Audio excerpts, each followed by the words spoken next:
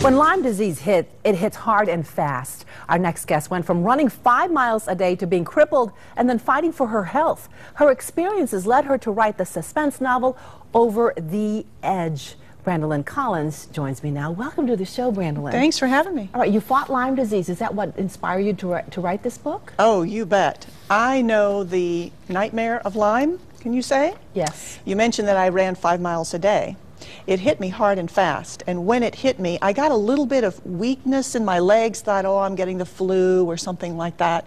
Went into the kitchen to stoop down and get a pan from a cabinet, fell down, couldn't get up. That was my introduction to Lyme. But what made you decide to write a book about it? Well, not only, I write suspense anyway. Okay. All right? So this is a nightmarish disease. So, hey, there's suspense in just fighting the battle of the disease. Unfortunately, the reality in this country is we also have to battle to be treated in this country. Because well, I should say many Lyme patients cannot be treated adequately because doctors don't want to treat past 4 weeks with antibiotics. And so what you end up doing is you have this terrible battle with this disease that's stealing your mind and stealing your legs and all these things. And now you've got to battle doctors to give you treatment. And so you're battling on all sides. And I figure, hey, I'm a suspense novelist. Sounds good to me. You came up with a really twisted plot. Yeah, I got a twisted mind. I guess you have to. Yes. You're a suspense author. Yeah. But yeah, the first page, we should tell a little bit of what's going on. Well, yes. Okay. Again, what should we share with our viewers? The premise of the book. Premise of the book. Absolutely. Well, as I say, in this country, people cannot get treated adequately for Lyme. There is, and this is the truth now, there is a national committee of doctors that guides the treatment for Lyme in this country. This committee happens to insist that chronic Lyme does not exist. Exactly. So after 4 weeks, if you're treated, you're well.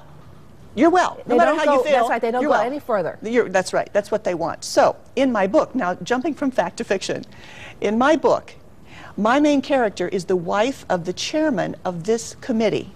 And a very embittered man who has lost his wife to Lyme says, I'm going to change the way Lyme is treated in this country. I'm going to infect this wife, Janessa.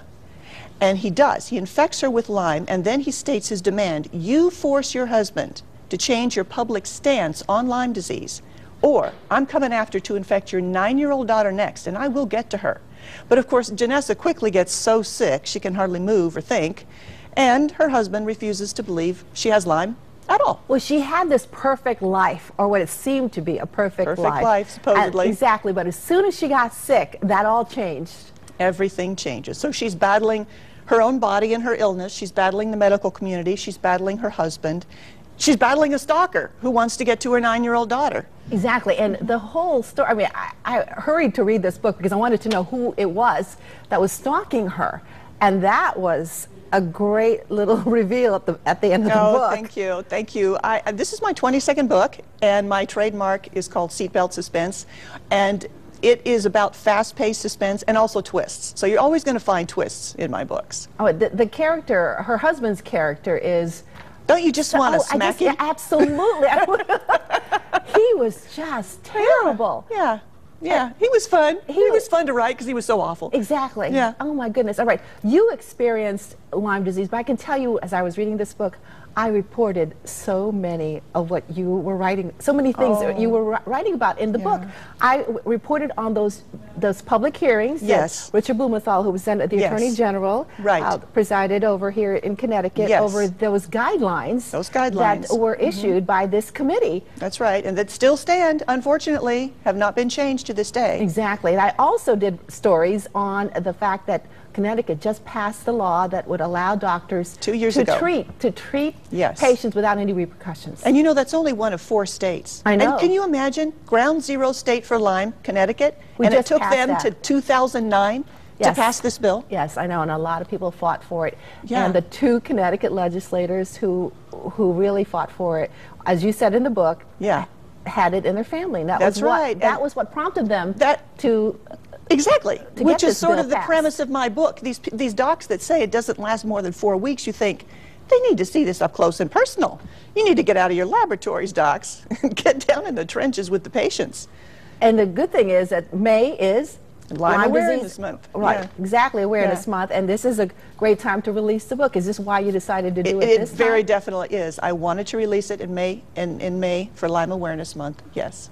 And do you think that a lot of people still are out there who are not as educated on this disease? Very much so. Now in Connecticut, you know more about this disease. We but do. I'll tell you, there are a in lot many of cases states, here in Connecticut. but in a lot of states, the docs don't even admit it exists in their state. They will look a patient in the eye and say, we don't have Lyme here. So how do you The convince ticks those? stop at the state borders. Oh my goodness. They do. Well, so how do you convince those doctors elsewhere in the country to do the right thing? You know, Lyme awareness. This is what this month is all about. And Lyme patients rallying and continuing to make their voices heard that they need treatment. Well, how did you get your treatment? You were in California at the I'm in time. California, and California is one of 4 states where the docs are protected. I was fortunate. But even so, I needed quite a few months of treatment. It took me about 7 months to be diagnosed. Before the bill was passed here in Connecticut, many people went to New York. That's right. Which is the other, Yes. one of the other 4 states. Yeah, yeah. It was sad that they had to do that, and that They had to, I know. It was and fortunate that we finally passed the bill here. many people come to California because Oregon, Idaho, oh, we don't have Lyme here. You could be crippled.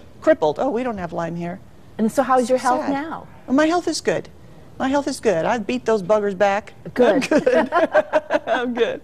Very good. What are you working on next? I'm you working got on something my going on? 24th book. I've written one since this one, and I'm working on the one after that. And it's twisted too, of course. It's twisted, of course. Absolutely. It has to be. Absolutely.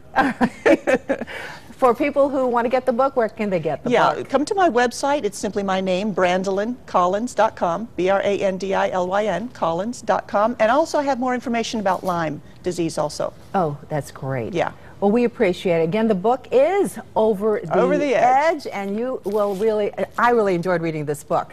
It was fun, and as you said, it really twisted. Brandilyn, thank you again for being with us. Thank you. Up next, the perfect springtime dessert. The Angry Olive teaches us how to make crisp vanilla tuile baskets.